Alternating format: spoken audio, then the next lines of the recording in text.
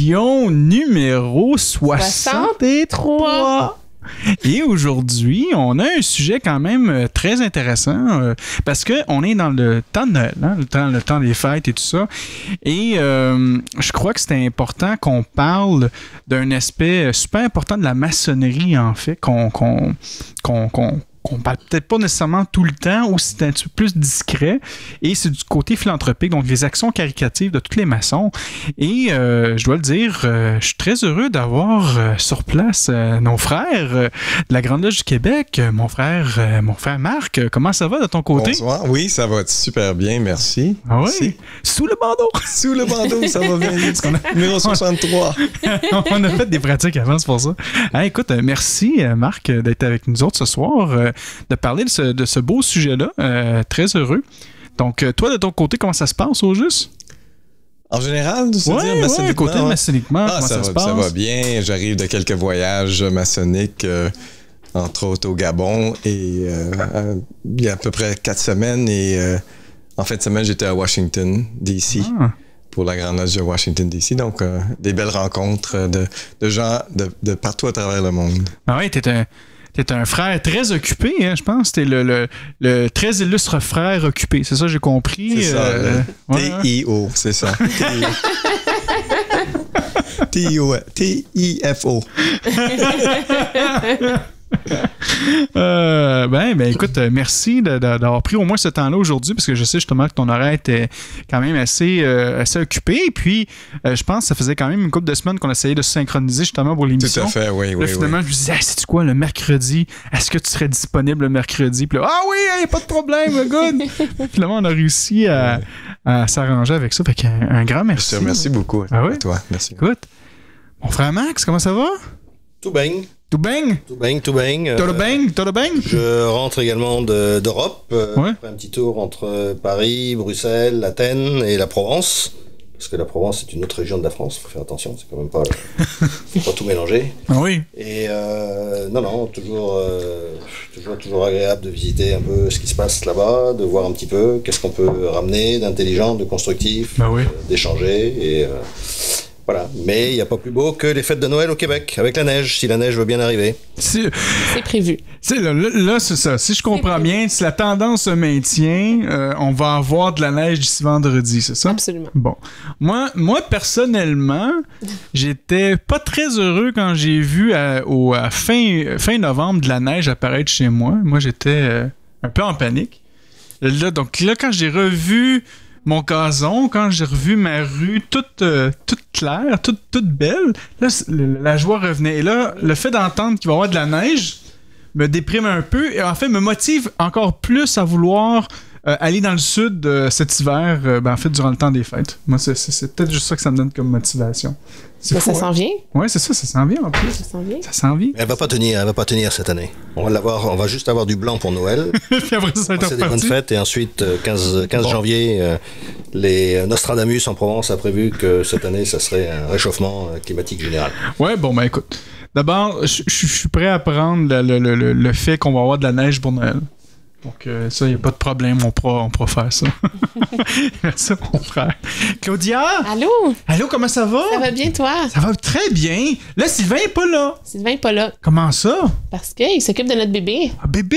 On s'alterne. Il a emballé les cadeaux. Il a eu la joie d'emballer les cadeaux. Moi, je suis arrivée. Tout était fait. Oui. Tout était accompli. C'est là que vous comprenez pourquoi que je disais dans la vidéo que Claudia n'était pas là, parce que c'était 2 lutins en réalité qui faisaient les cadeaux. Puis par après, Claudia est arrivée, puis elle s'est dit, il n'y a plus de cadeaux. Tout est accompli. C'est ça, tout est accompli. Ah, comment ça va, toi? Ça va très bien. Hey. Oui. Good. On a eu 2 belles tenues cette semaine. Oui, c'est vrai. Ça. Super de belles tenues maçonniques. Je pense que les frères et sœurs sont pas mal contents aussi de s'en aller tranquillement vers les fêtes, là, donc les vacances de Noël. Absolument. On va avoir notre gala. On va avoir notre gala. C'est vrai, on a un gala maçonnique. Maçonnique. Notre premier gala maçonnique, en fait, de la Grande Loge Annie. On devrait être à peu près, me semble à peu près une 70, 75, parce que moi, c'est la première fois que en fait, je suis le président par intérim, je dis bien par intérim, de notre Commission nationale de la solidarité maçonnique. Donc, en gros, un gros terme pour tout simplement dire que c'est nous autres qui s'occupent de faire les parties, là, finalement, puis qu'on ramasse de l'argent. Là. Et là, on s'est dit, on allait faire un gala. Donc, c'était la première fois qu'on organisait c'est la première fois qu'on organise un gala. Et au départ, on s'était dit, la salle qu'on avait, c'est une salle de 120 personnes. Donc, on s'est dit, on va créer l'élément d'urgence, que les billets sont limités et tout ça. Pour se rendre compte que finalement, non, les frères et sœurs décident d'attendre à la dernière seconde, donc littéralement, journée moins 1, donc minuit moins 1 en fait. Là, ça commence à rentrer. Là, je vois les réservations, boum, il reste encore de la place, il reste encore de la place. Je dis, mais ça fait 3 mois qu'il y a de la place. Là, finalement, c'est aujourd'hui. Donc aujourd'hui, ils font les inscriptions. Mais ça va être un super bel événement. On a invité pas mal toutes les loges au Québec à venir participer parce que c'est une activité quand même qui est à l'extérieur du temple. Et donc ça a été notre activité qu'on a faite, qu'on va faire en fait demain. Puis tu as aussi, comme tu disais tantôt, l'opération Père Noël qui s'est super bien passée aussi. L'opération Père Noël, en fait, qu'est-ce que c'est? Je sais pas si tu es déjà au courant de cet organisme. Non. C'est un organisme québécois, en fait, qui, entre autres, ont les enfants de la DPJ, mais plein d'autres organismes aussi un peu partout au Québec. Et ils vont prendre des lettres que les enfants vont écrire au Père Noël. Donc, nous, on avait Marie et David. Oui. Donc, pour l'émission Sous le bandeau, la Grande Loge Génie avait pris, je pense, c'est 15 ou 20 autres lettres au grand total. Et là, David disait, moi, Père Noël, je veux un train, je veux un jeu de construction. Puis, il fait sa liste. Mm-hmm. Et c'est la gratitude qu'on peut avoir pour aider ces enfants-là, pour moi, c'est immense. Mais c'est aussi la tristesse de voir que certains enfants, la seule chose qu'ils demandaient pour Noël, c'était des bas. Mm. Ça me fait vraiment réfléchir sur qu'est-ce qu'on peut faire pour continuer à aider. Puis là, on regardait plein d'autres causes, c'est quand même la cause du club des petits déjeuners pour les enfants, pour aider. Mm-hmm. Je trouve ça aujourd'hui quand même triste de voir qu'en 2022, bientôt 2023, qu'on soit encore à ce point-là, soit de nourrir nos enfants ou soit de les aider à s'habiller ou d'avoir quelque chose. T'sais. Donc, ça nous a vraiment beaucoup touchés. Puis c'était le fun de l'entrepôt. Là, il y avait combien de cadeaux? Il y en avait des centaines de milliers. C'était incroyable. C'est juste à côté. En plus, c'était à la place Sainte-Thérèse. Ouais. Donc, il y avait un ancien Super C qui a juste comme laissé son local pour l'opération Père Noël. Mm-hmm. Puis là, eux fournissent tout le Québec, même jusqu'au Nunavut.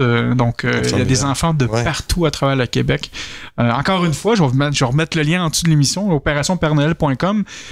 Si vous voulez aider, même moi, mon entreprise que je travaille, CGI, j'ai découvert que ils participent à l'opération Père Noël. Ils ont besoin des fois des gens pour des camions pour transporter les cadeaux. Ils veulent aussi des cadeaux. Et puis c'est ça. Donc, des bénévoles. Tout au complet. Là. Donc autant qu'on a des enfants qui disent qu'ils veulent des bas, autant que j'ai pogné une lettre. Le garçon, lui, il voulait parce que j'ai repris une lettre de quelqu'un d'autre, tu sais. Puis le garçon voulait vraiment jouer au soccer. Donc là, il dit, moi, je veux un ballon de soccer, mais je veux aussi un chandail de Ronaldo et des souliers de Ronaldo. Puis là, je me suis dit, ça tombe-tu bien? L'Espagne a perdu en fin de semaine passée ou cette semaine.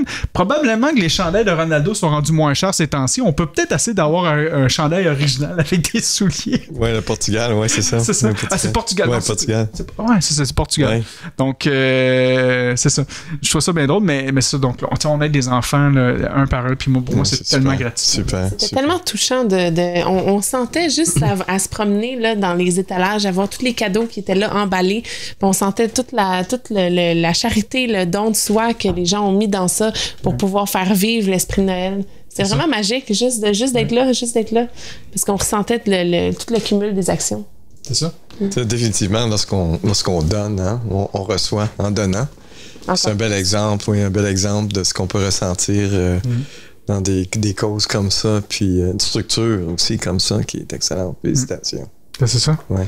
Donc, si je comprends bien, le thème de la soirée, on va parler charité, dons, générosité, etc. Ouais. etc. Ah, toi, tu croyais que c'était pourquoi? C'était pour... Je pensais que c'était un podcast moi, sur la fabrication des pizzas. Il était pas là cet été. Il a manqué. T'as manqué le vlog sur la pizza où que Tony et Vito faisaient la disposition en équerre et des anchois sur la pizza. C'est quand même primordial. C'est pareil. Ouais, c'est exactement ça. Donc, tu revois sur notre page, notre page YouTube, youtube.com/sous le bandeau. Sous l'onglet vlog, tu vas voir la pizzeria. Sous la pizza. Sous la pizza. Qu'on se le dise. Marc, du côté de la Grande Loge du Québec, je sais que vous aussi, de votre côté, vous faites plusieurs actions caricatives. Je pense que la plus grosse action qu'on peut entendre, c'est les Shriners, parce que je sais, entre autres, il y a aussi l'hôpital des Shriners. Est-ce que tu peux nous parler un peu de cette histoire-là? Comment ça a commencé, en fait, au Québec et tout ça, de votre côté? C'est sûr, oui. Quand je me suis préparé un peu pour l'émission ce soir. On peut segmenter les efforts caritatifs comme étant internes et externes. Ouais. La Grande Loge, on a des activités internes pour les frères, puis on a des activités externes aussi. Non seulement au Québec, mais dans le regroupement international maçonnique dans lequel nous sommes. Donc, précisément pour les Shriners, justement, Maxime est ici pour en parler. J'ai cru bon de l'inviter ce soir parce que c'est quelqu'un qui est beaucoup impliqué dans les Shriners, qui fait un gros effort et puis qui connaît bien la structure. Puis peut-être, je vais lui laisser la parole pour qu'il puisse en parler un petit peu. Ben oui. Maxime. OK, ça va me faire plaisir effectivement de parler des Shriners, d'autant que pour être honnête, souvent dans le passé, des frères m'ont rejoint en loge bleue et qu'est-ce qu'on fait nous les francs-maçons pour la société? Ça serait bon de savoir, hormis vendre des cakes de Noël ou vendre des pizzas ou un spaghetti thon ou etc. Et donc je me suis rendu compte que pas mal de frères en fait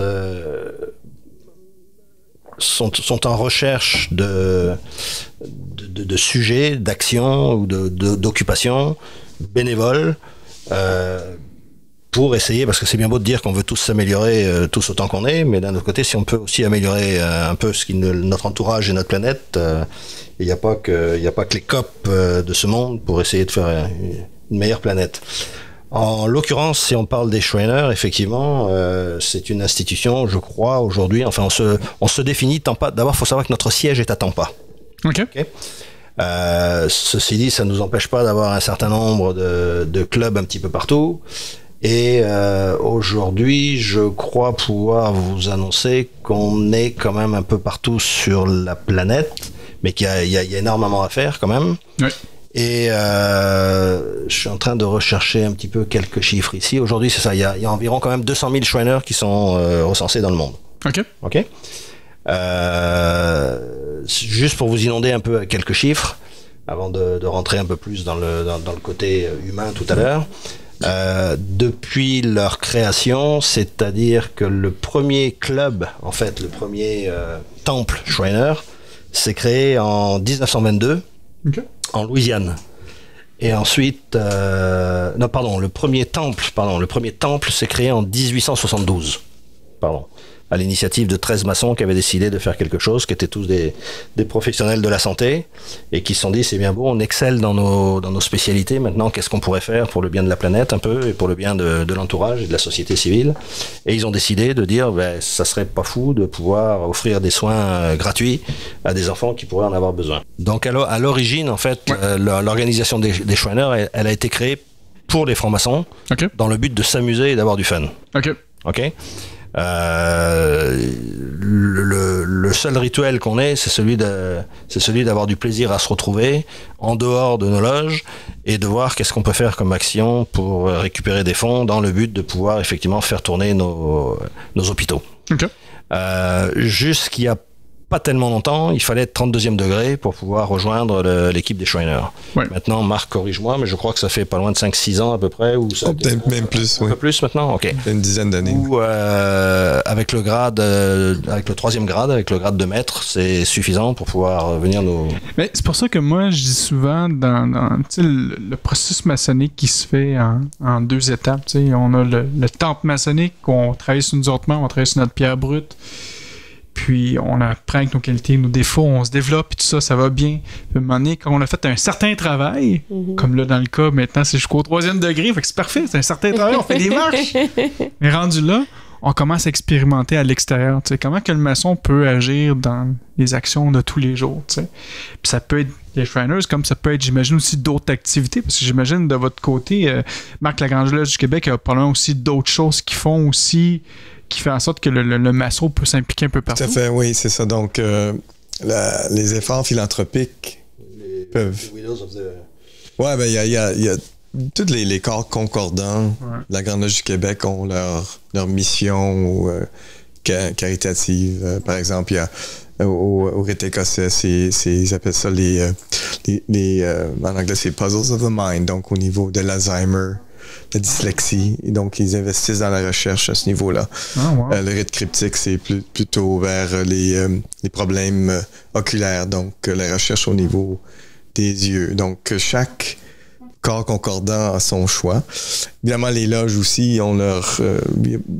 chaque loge fait ses activités dans la communauté. Ils choisissent leurs propres activités, donc ça se fait à ce niveau-là. Au niveau individuel aussi, il y a plusieurs opportunités pour participer. La Grande Loge du Québec a aussi une fondation, la Fondation maçonnique du Québec, avec un fonds qui, lorsqu'une loge ou un maçon vise une organisation caritative, la fondation augmente le montant d'un certain pourcentage basé sur le montant total. Ouais. Donc, ça permet d'augmenter. L'année dernière, il y avait environ 150 000 $ qui étaient sortis de la fondation pour matcher ce qui avait été donné par les loges et les frères. Donc, il y a vraiment beaucoup d'activités. Puis, comme tu dis... Franco, ça fait partie de ce qu'on fait comme franc-maçon.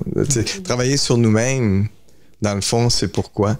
C'est pour pouvoir avoir une meilleure influence sur l'extérieur. Donc, la charité, bien que nous ne sommes pas des organisations caritatives comme telles, ça fait c'est un aspect important du développement personnel pour pouvoir contribuer à la société. Donc, c'est ça. Oui, ça fait partie des vertus. Oui, exactement. Lesquels on travaille en tant que maçon. On dit souvent qu'on vient pour construire des temples à la vertu. Donc, ça fait partie des vertus. Oui, c'est ça. Tout à fait. On vient pour construire des hôpitaux des Shriners à la vertu, puis après ça, c'est ça. Charité, toi, ça dit quoi, ça, quand on parle de ça?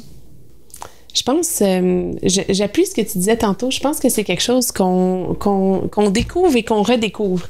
Dans le sens qu'on connaît déjà la charité, je pense, on a une idée souvent de ce que c'est la charité, mais je pense qu'en tant que maçon, quand on fait notre travail sur nous-mêmes, on arrive inévitablement à cette conclusion-là, où est-ce que la prochaine étape, c'est de pouvoir donner au suivant, de tendre la main à la prochaine personne pour qu'elle monte une marche aussi. Je pense qu'on arrive inévitablement là, puis c'est là que quand on atteint, je pense, une certaine maturité, ça vient du cœur. C'est pas juste pour suivre le mouvement des autres, c'est pas juste pour s'intégrer au groupe ou pour participer, c'est vraiment parce que on se rend compte, je pense, que le temps est limité, puis que la charité, c'est le seul vrai salaire qu'on gagne, puis le seul regret, je pense, qu'on aurait à l'heure de la mort, si on veut, de ne pas avoir fait assez puis donné assez. Et toi? Et moi? Merci, mon frère. Sur la charité, justement, juste le fait... J'essaie de ne pas répéter tout ce que tu dis parce que je pense que je pense en majorité de tout ce que tu dis, je pense même à 100% de tout ce que tu dis là. Mais pour moi, c'est ça, c'est si je reçois dans la vie, je pense que c'est important que je dois redonner aussi dans la vie. T'sais. Quasiment, je redonne plus que qu'est-ce que je reçois. Mais pour moi, c'est comme une roue qui tourne. T'sais. C'est important parce qu'il va y avoir eu des moments dans ma vie que j'ai tout perdu, puis que j'ai eu de l'aide, j'ai eu de la charité, j'ai eu des gens qui m'ont aidé, tu sais. Mais là, maintenant, c'est donné au prochain, tu sais. Fait que pourquoi que j'ai tout perdu? Ça fait partie d'un des travails maçonniques. Qu'est-ce que j'ai perdu? Pourquoi c'est arrivé? C'est quoi la leçon qu'il y a à apprendre là-dedans? Puis sur quoi faut que je travaille sur moi-même? Une fois que je fais le travail sur moi-même, là, je commence à m'améliorer, je reprends le dessus. Bon, mais là, je peux revenir à un état pour aider quelqu'un d'autre parce qu'il ici va vivre ce genre de choses-là. Fait que je te dirais, c'est comme je le vois un peu comme un mouvement cyclique qui va toujours tourner comme une roue. Puis quand on parle de charité, je pense qu'il vient aussi avec un acte de foi, puis peut-être même des fois de l'espérance qui va être là-dedans. Je pense que c'est ces trois axes-là certains vont dire un triangle avec 3 points du delta, mais je vois comme 3 axes. Je crois que la charité ne peut pas vraiment tout agir tout seul, ça vient avec l'espérance puis avec la foi là-dedans. T'sais. Mais ouais. Sais-tu qu'est-ce que ça m'a fait penser, ce que tu disais? Non. Ça m'a fait penser, tu as dit, au début de mon cheminement, ben il y a des choses, j'ai tout perdu, puis j'ai dû apprendre pourquoi. Puis ce que ça m'a fait penser, c'est que par l'humilité, des fois, des situations comme ça qui se passent, on doit apprendre à recevoir. Puis quand on apprend à recevoir comme ça, on peut donner avec le même sentiment d'humilité qu'on a pu recevoir, qui est très différent de donner avec une ambition en retour. Ouais. Ben, c'est ça. Une des belles preuves, tous les deux, vous venez de parler du cycle et puis de recevoir et de redonner. On arrive maintenant à une époque au niveau des Shriners où certains patients ont rejoint la maçonnerie et sont devenus Shriners. Wow. Ah, wow. Ok. Et quand on a eu l'inauguration de l'hôpital de Montréal, c'était beau de voir certains enfants qui aujourd'hui sont des adultes, sont des professionnels et qui excellent et qui ont pu réussir dans leur carrière grâce au traitement qu'ils ont reçu, mais ils sont aussi devenus Shriners. J'ai des frissons. Donc c'est des belles choses, c'est des belles choses à vivre. Un petit point que je voulais vous rajouter tout à l'heure, puisqu'on parle de Shriners aussi, faut savoir qu'à l'heure actuelle, on parle de 196 temples de Shriners un petit peu partout répartis dans le monde. Okay. Et en ce moment, on est donc présent au Canada, on est aux États-Unis, on est au Mexique, on est à Puerto Rico, on est également aux Philippines, on est en Allemagne, à Panama, en Australie, et peut-être que Marc va nous annoncer qu'il y a des projets qui s'en viennent sur le continent africain. On parlera pas trop précisément parce que c'est pas fait, mais le continent africain, oui. Il y a un travail qui se fait. J'avais déjà un doute, il n'aurait pas dit que c'est un grand voyageur qui va partout à travers le monde, donc j'imagine que... certains frères qui sont venus... faut savoir qu'au Canada, évidemment, on accueille à bras ouverts les immigrants. Il y a effectivement... On est quand même une civilisation pluriculturaliste, quelque part. Et certaines familles qui sont arrivées ici ont pu bénéficier de services et ont encore de la famille qui est restée au pays. Et que ce soit en Amérique latine ou que ce soit sur le continent africain, ça crée de l'intérêt. Donc on est en train de travailler là-dessus là, en ce moment. On espère avoir de bonnes nouvelles à vous annoncer bientôt, mais pour l'instant on est en train de travailler là-dessus. Marc en fait travaille beaucoup là-dessus. Là vous avez tous vos petits chapeaux, là, vos fez là en plus là, hein? C'est ça, fait que vous êtes tous beaux comme des cœurs en plus quand vous vous promenez avec ça. Là. Ah, on se fait repérer de loin là. Ouais, j'ai entendu des histoires moi il y a des petits oiseaux qui m'ont dit que tu t'amuses beaucoup à l'aéroport avec ton fez, hein? C'est ça ou si vous avez le temps, je peux vous raconter mes premières expériences. Okay, je vais essayer de vous la faire courte un petit peu. Mais disons que moi Marc m'a dit au départ tu parlais pas beaucoup. Donc ça c'était ça que je dit, c'est très gêné. Donc exact, je suis un grand timide. les loges m'ont appris à contrôler justement. Histoire de vous le faire court. Donc j'ai rejoint moi une unité qui s'appelle les Greeters. Donc je vous ai expliqué tout à l'heure, on accueille les enfants et les parents à l'hôpital, à l'aéroport. Et donc là, je reçois ma formation. On me dit, Maxime, quand tu vas arriver à l'aéroport, tu vois, on a des stationnements qui sont prévus pour nous. Tous les gars de la sécurité là-bas et tout le monde est au courant. Donc, tu as des beaux petits panneaux à mettre dans le pare-brise sur les vitres latérales, etc., etc. Et puis, tu te pointes avec ton gilet, ta chemise, on a des logos qui sont brodés partout, hôpital des Shriners, sur les manches, sur les cols, dans le dos. Enfin bon, on peut pas nous rater. Mais le plus beau, c'est qu'on nous dit, bien évidemment, il faut que tu te balades dans l'hôpital avec ta fez sur la tête. Ce en quoi, je veux dire, je vais être honnête avec vous, au temple Karnak, j'ai absolument aucun problème. Quand on fait la parade et puis que j'ai 200 frères qui sont avec moi ou 200 Shriners qui sont avec moi, j'ai aucun problème. Quand je me balade à l'hôpital, j'ai aucun problème. Mais il se trouve que mes activités professionnelles m'amènent à l'aéroport à peu près au moins 2-3 fois par mois.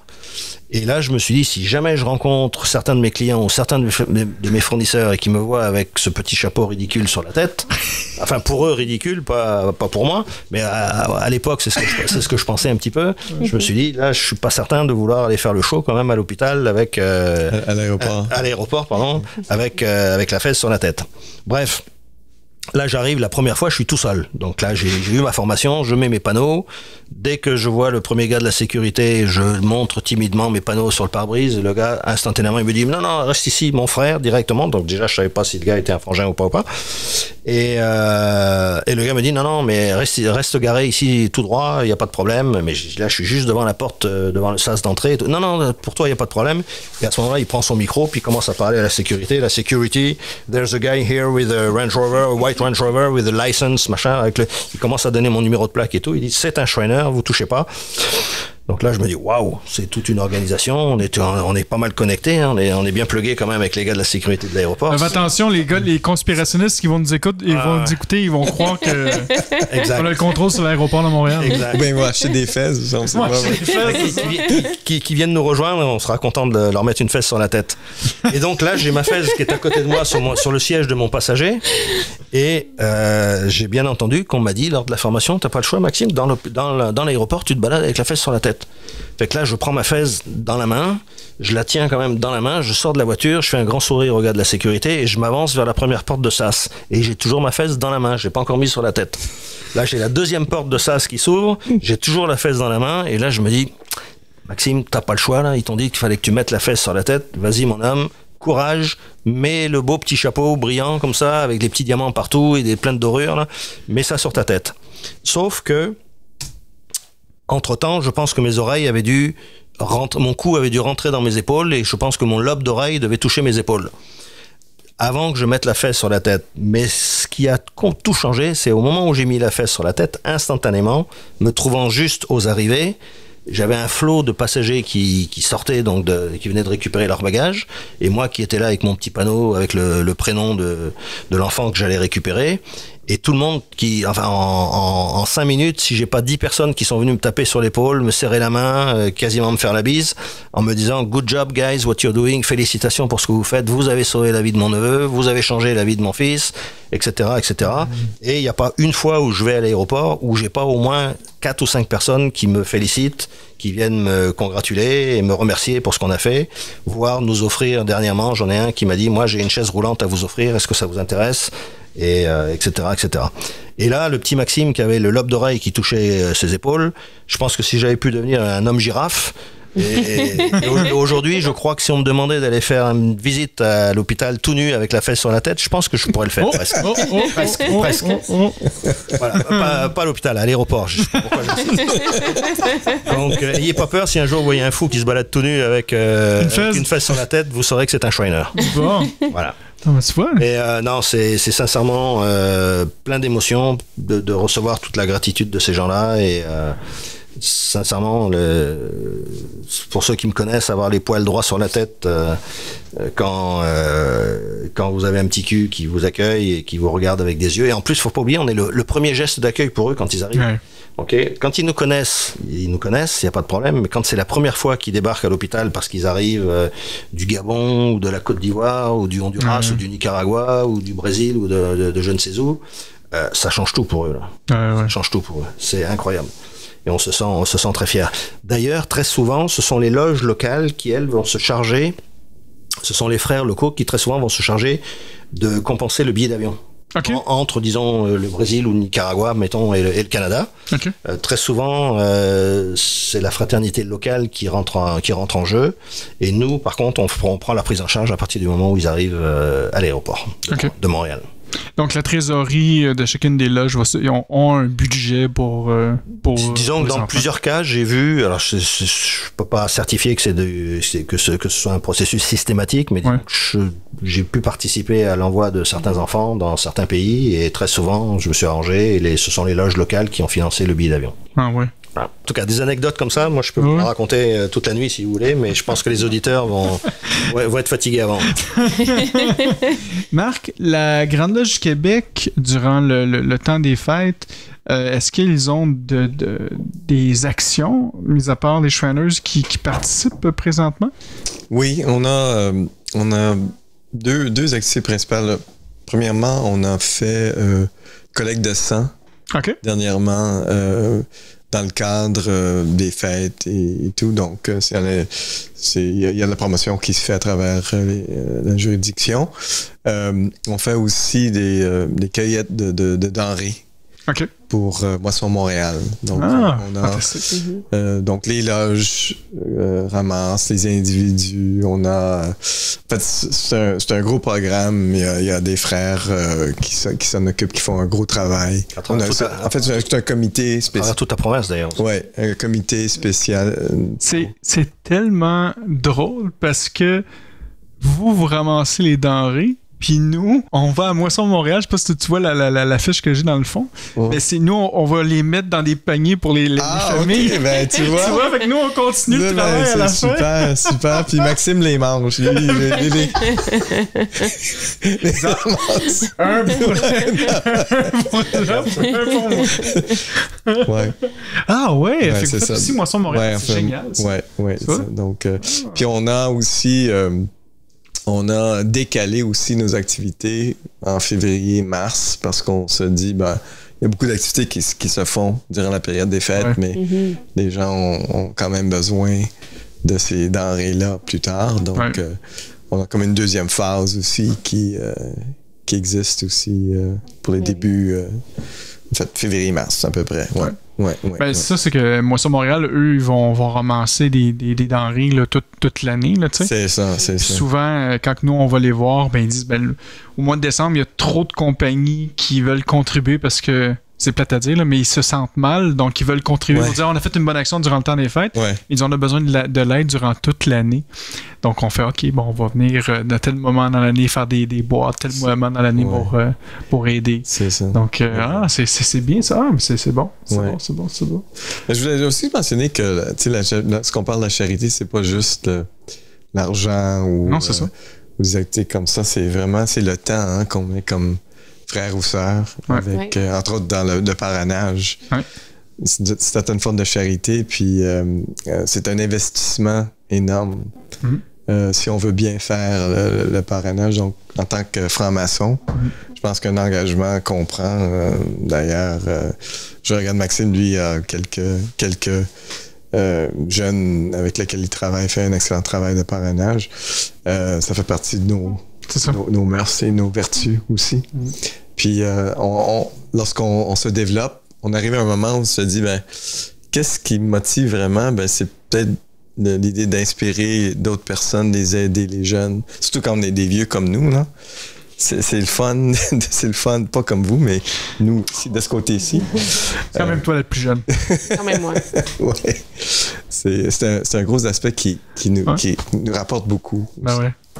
Ça revient quasiment à un héritage, un leg que tu laisses. Là, pour moi, c'est justement un héritage, c'est pas juste de l'argent. Les gens, c'est exactement ça, c'est pas juste de l'argent. Je pense que c'est ça le thème. C'est pas juste l'argent. C'est pas juste de l'argent. C'est du temps, mais c'est du... quand on va partir, là, on repart avec toute notre mémoire, toute notre histoire et tout ça. Fait que de laisser cet héritage-là à nos filleuls, à sa conjointe ou à son conjoint, partager des expériences, c'est ça qui va... C'est ça qui va permettre aux autres de grandir, puis ça va garder un peu ta mémoire aussi présent après que tu sois parti. Là, transmettre des valeurs auxquelles on croit et qui ont fait leur preuve depuis des siècles. Oui, c'est ça. C'est une des manières de voir comment on peut améliorer notre planète aussi. C'est définitif. Moi, il n'y a pas longtemps, j'ai commencé à faire ça. là, certaines... Moi, j'ai quand même... Moi aussi, j'ai une armée de fioles, là, puis il y en a qui sont plus privilégiés que d'autres, là. Je m'excuse, là, mais j'ai commencé à donner mes anciens tabliers que je porte plus, tu sais. Puis durant l'initiation de maître, ben, un de mes fioles vient de passer maître, j'ai remis mon tablier de maître, tu sais, mon premier tablier de maître. Pareil pour un certain degré un petit peu plus haut, j'ai remis, il y a pas longtemps, mon tablier d'apprenti, un nouvel apprenti qui vient de rentrer, tu sais. Puis, c'est ça. C'est pas une question de détachement, mais c'est de motiver, de transmettre. Parce que c'est de voir après ça, quand la personne reçoit, ben, dans ces maçons-là, je le vois pas comme « Ah, ben, je devais l'avoir, merci. » Non, c'est « OK, ben, genre, ça devient qu'une responsabilité, il y a des choses qu'ils doivent faire, tu sais, ils les réalisent. C'est pas moi qui vais l'imposer, mais tu sais, ils vont réaliser que une continuité, comme un esprit de... C'est ça, un esprit de continuité, tu sais. Puis que même eux, à un moment donné, pourront le retransmettre. Moi, je serais heureux de pouvoir le retransmettre, tu sais. Puis le seul tablier que je donnerai pas, puis que je vais garder jusqu'à ma mort, puis que je vais le donner à quelqu'un. Puis mon dernier tablier de maître que j'ai, c'est celle-là, je vais le donner à ma fille, tu sais. Pour moi, ça va être un des héritages qu'elle va avoir, tu sais. Mais juste pour transmettre, c'est, gars, voici qu'est-ce que ton père a fait dans sa vie comme maçon, les actions qu'il a fait et tout ça, puis en espérant un jour que tu sois capable de suivre ces pas-là, tu sais. Donc, pour moi, c'est ça, cette charité-là, cette foi-là, ça permet de donner au suivant. Tout à fait, oui. Afin qu'un jour que ces nouveaux Shriners-là qui sont là puissent donner aussi à d'autres futurs Shriners. Assurer la pérennité. C'est ça, exactement ça. La transmission. Ouais. On n'est pas loin de l'heure. On l'a dit déjà. Hein? Ça va tellement vite. Surtout quand Maxime parle. Ça va super. J'ai rien dit. Je me suis retenu. Une chance, j'ai mis mes jambières parce que ça doit être le 23e coup que je reçois dans les tibias de la part de Marc à côté. Donc, j'ai mal aux pieds. Avant qu'on aille avec la fin de l'émission, Claudia, est-ce qu'il y avait quelque chose dans tout ce que tu as entendu qui t'a fait le plus vibrer? Juste une? Ben, écoute, là, non, mais vraiment, je trouve ça fantastique, tu sais, il y a plusieurs choses. Voir le mouvement rassembleur que ça crée. C'est fou parce qu'une petite, des fois, initiative qui part de quelque chose qu'on remarque, tu sais, puis qu'on dit, je vais faire un petit pas pour le prochain, a un effet d'entraînement jusqu'à là, des milliers de personnes qui ramassent des milliards de dollars pour s'occuper de des millions d'enfants. Tu sais, c'est exponentiel. Puis c'est parti d'une initiative face à un problème, puis des fois on se sent tellement impuissant face à des misères qu'on voit, puis des fois juste de faire un pas, moi c'est ça je pense qui me touche le plus, c'est de voir la vague que ça crée. Ouais, bien dit. Marc, je me permettrai de te demander d'être le premier à donner son mot de la fin. Ce serait quoi ton mot de la fin de l'émission? Ben, tout simplement de vous remercier pour l'invitation. Vas-y. C'est toujours un plaisir de participer. Vous faites un excellent travail, puis j'apprécie le fait de pouvoir exprimer, de parler un peu de ce qu'on fait, de pouvoir échanger. Et c'est mon mot de la fin. Merci beaucoup. Merci beaucoup. Un grand merci. Merci, Marc. Maxime? Moi, pour terminer, je voudrais tout simplement inviter tous les frères qui se posent des questions pour savoir à quoi sert leur vie et leur action, et tous ceux qui se sentent un petit peu désœuvrés. Continuez à travailler pour atteindre votre maîtrise, et puis dès que vous avez votre maîtrise, n'hésitez pas à nous contacter, venez nous voir au Karnak, venez nous voir chez les Shriners. En passant, on a plusieurs temples, on parle de Karnak qui est à Montréal, mais on est également en Gaspésie, on est également à la Chute, Gatineau. on est également à Gatineau, enfin il y a plusieurs temples. On va mettre le lien, j'imagine que vous avez un lien pour votre site web, donc je vais le mettre sur le bas de l'émission. Mais c'est ça, tous ceux qui se posent des questions comme ça, n'hésitez pas, on a tout ce qu'il faut pour vous occuper, puis avoir du fun, et en plus participer à une super cause. Ouais. Donc bienvenue, on vous attend chez les Shriners. On s'en vient. Sœur Claudia? Mais moi, c'est ça que je vais en profiter pour dire comme mot de la fin. On va accepter cette invitation d'aller voir l'hôpital. Mais c'est vrai, si on peut la faire connaître, on a la chance d'avoir cette tribune-là avec beaucoup d'auditeurs. Donc, je pense que ça va être notre pierre qu'on apporte dans le mouvement. On pourrait faire un vlog direct. Si c'est possible de faire un vlog même à l'hôpital des Shriners, ça peut être intéressant. Dans la vie d'un... Tout est... Dans la vie d'un Shriners avec Maxime. Là, on va embarquer dans l'auto avec toi, on va se promener. Ah, mais ça serait le choix. Ah, mais ça serait... Bon, après, il y a un côté légal au niveau de la diffusion de l'image des patients, etc. Parce qu'on a quand même toutes sortes de régulations qui nous gèrent. Mais ça pourrait être quelque chose qui ferait certainement briller les yeux de pas mal d'auditeurs ou de gens qui vous écoutent et qui nous regardent. Hein. Ah oui. Ne serait-ce que de partager notre expérience. Ouais, c'est ça. On peut faire ça. Mais même une visite de l'hôpital doit pouvoir s'envisager. Ça, je pense que là-dessus, il n'y a pas de problème puisqu'on en fait régulièrement. Mais effectivement, ça pourrait être certainement touchant de voir comment se passe l'accueil à l'aéroport. Mais bon, je vous dis, il faudrait que ça soit organisé d'un point de vue... Et moi, je lance des idées comme ça, des fois folles. Non, mais il n'y a pas de folles idées, il n'y a que des... Juste des fous. Exact. Juste des fous qui croient en ce qu'ils font. Et ça en prend. Ça prend des fous pour faire bouger la planète. Ben oui, c'est ça. Donc, tu disais... continue avec ton mot de la fin. Mais mon mot de la fin, je pense, c'est de s'inspirer de ceux qui font déjà des actions comme ça, puis d'aller chercher en dedans de nous cette petite étincelle, de voir où est-ce qu'on veut s'impliquer. Puis peu importe, là, tu sais, on réalise pas des fois, mais juste d'écouter quelqu'un, de sourire à notre voisin le matin, ça peut tout changer. Oui, c'est ça. C'est soit qui te lance une roche, soit qui te dit allô. Fait que ça, j'ai appris ça moi aussi avec le temps. Merci, Claude. Si c'est une roche polie, c'est mieux. Oui, c'est ça. En plus. Il dit, j'ai fait attention! Moi, mon mot de la fin, en fait, juste avant le mot de la fin, vous avez pu remarquer là, on est rendu dans la version 5.0. J'ai encore des problèmes avec la console. Je sais pas qu'est-ce qui se passe avec le son. Depuis qu'on a tout rénové, j'ai déplacé la console. Je l'ai descendu après ça ici. Il y a peut-être quelque chose qui s'est déplacé à l'intérieur. Là, je suis pas très heureux. Donc, j'espère que la qualité audio là, d'aujourd'hui va quand même être potable. Là. Je vais faire des miracles au pire sur ma console audio. Vous l'avez vu, de toute façon, mon ordinateur, là, je peux faire des miracles avec ça. Mais sinon, c'est le studio 5.0. Donc, là, j'ai rajouté quelques petits diplômes en arrière. J'ai mon petit compteur YouTube en live. Donc, on peut voir le nombre d'abonnés et le nombre de vues. Donc, cette année, nous sommes à 199 724 vues sur nos émissions. Donc, c'est quand même... c'est quand même exponentiel. C'est exponentiel. Là. C'est un peu fou. Là. Et ça, c'est juste la version YouTube parce que la version podcast qu'on peut avoir sur Spotify, Apple Play... Apple Podcast puis Google Play. Je pense qu'on est à peu près à 100 000 par année. Donc, en tout et partout, là, on va atteindre bientôt. Là, si vous écoutez l'émission en direct, non, c'est vrai, vous n'écoutez pas l'émission en direct. Non, pas aujourd'hui. Mais éventuellement, ça va monter à 200 000. Moi, d'ici la fin de l'année, je veux qu'on soit à 200 000 vues. Je serais bien heureux avec ça. Donc, c'est le nouveau studio. C'est plus que réaliste. Oui. Là, j'ai mis des petits effets, des petites lumières. Donc, ça commence à se remplir tranquillement. Donc, mais encore une fois, avec le son, on va essayer de voir.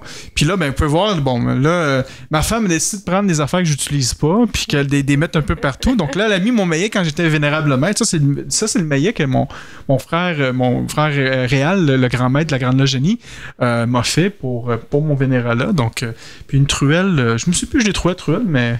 Elle a trouvé ça bien beau aussi. Puis finalement, ça a fait le tapis de souris à Maxime aujourd'hui. C'est magnifique tapis de souris. Ouais, c'est ça.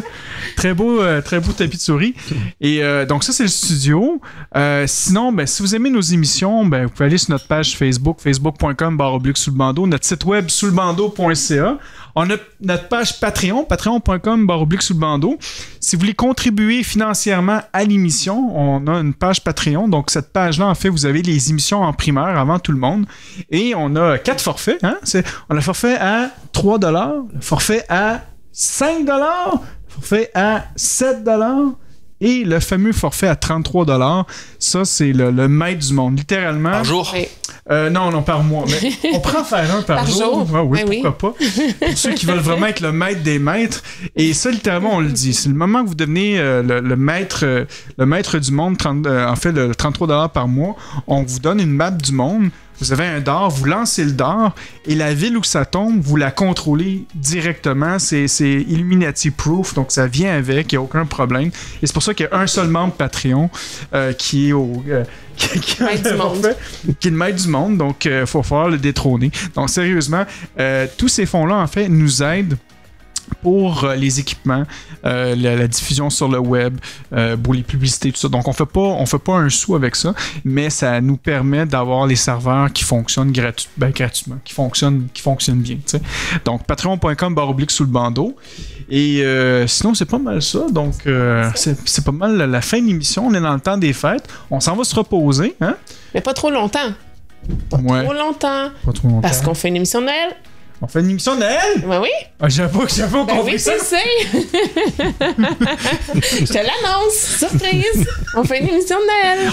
Bon, ben finalement, c'est pas la seule émission qu'on fait ce mois-ci. On a une émission de Noël.